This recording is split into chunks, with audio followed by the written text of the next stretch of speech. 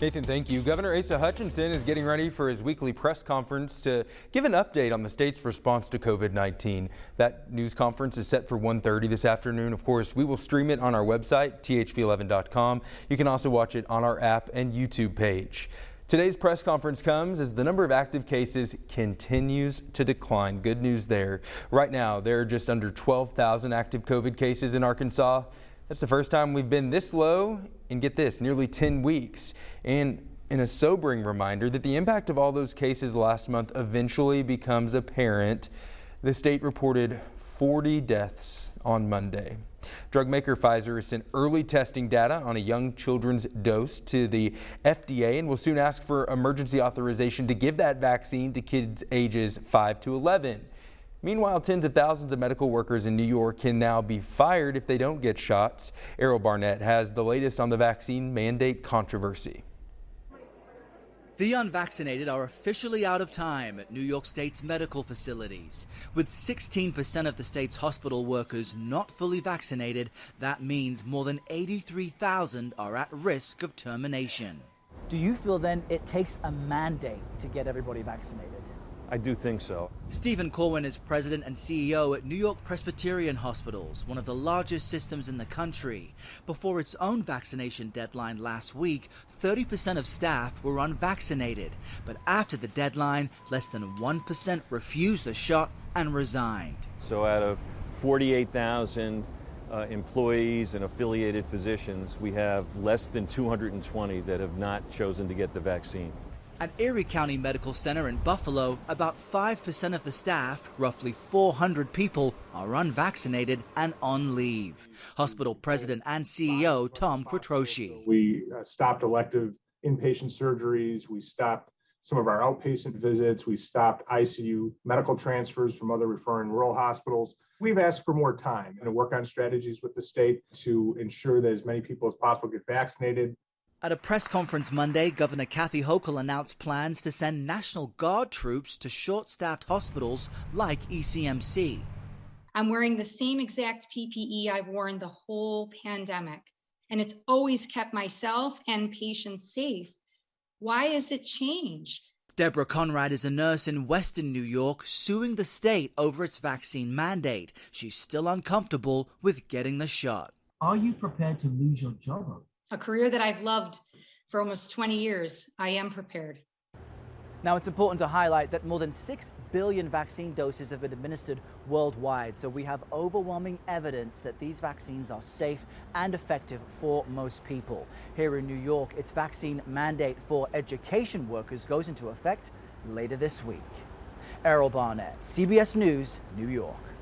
Errol, thank you. The clock is ticking for a number of Arkansas healthcare workers still hesitant about getting the COVID-19 vaccine. In some cases, nurses and other workers could be fired if they're not fully vaccinated by this week. Workers at CHI St. Vincent have until November 1st to get fully vaccinated. Meanwhile, Arkansas Heart Hospital requires all of its healthcare workers get the shot by Thursday, fully vaccinated. As for Mercy Hospital in Washington Regional in Northwest Arkansas, those employees have until Friday. Washington Regional says 98% of its staff is vaccinated. Mercy did not release exact numbers. This afternoon, we're hearing from an unvaccinated pharmacy tech at Mercy Hospital. We just want long-term studies. And the coworkers that I've spoken to, that's been their number one concern, is they want long-term studies. We have kids. You know, we've put our safety second to our patients for years. We're not doing it as villains. She goes on to say that she will receive a letter on Thursday notifying her of a 28-day unpaid suspension.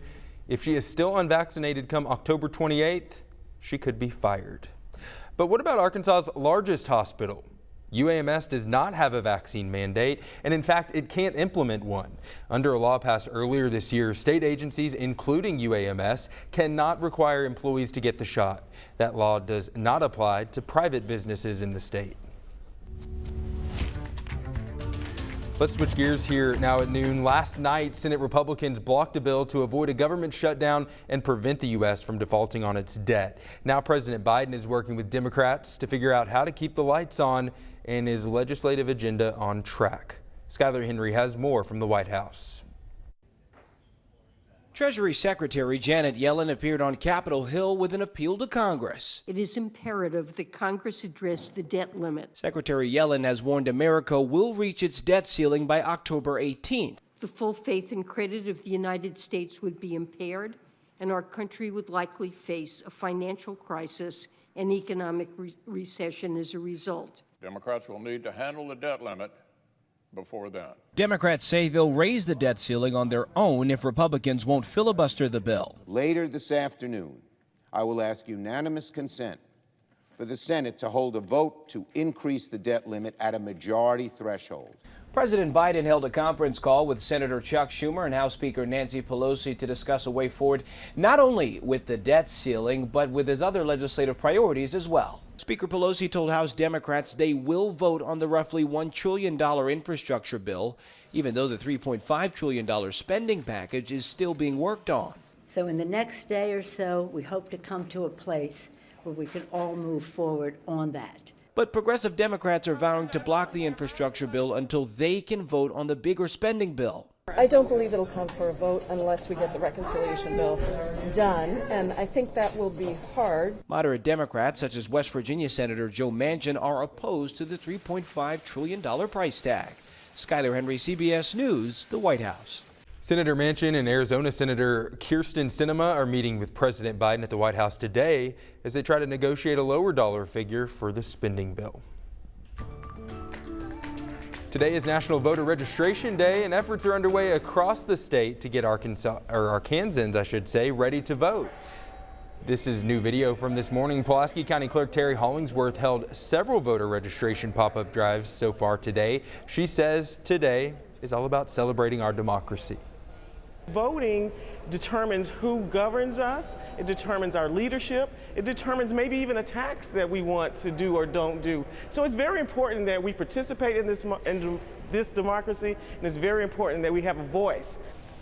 While there are some special elections coming up in November, this is a so-called off election year, but Hollingsworth says, hey, those May primaries are going to be here before you know it. And you might be saying, I live outside of Pulaski County, or I can't make it to one of these events today. Hey, that's okay. You can check your voter status online anytime, and we've made it easy. Just text the word voter, V-O-T-E-R, to 501-376-1111. We'll send a link straight to your phone.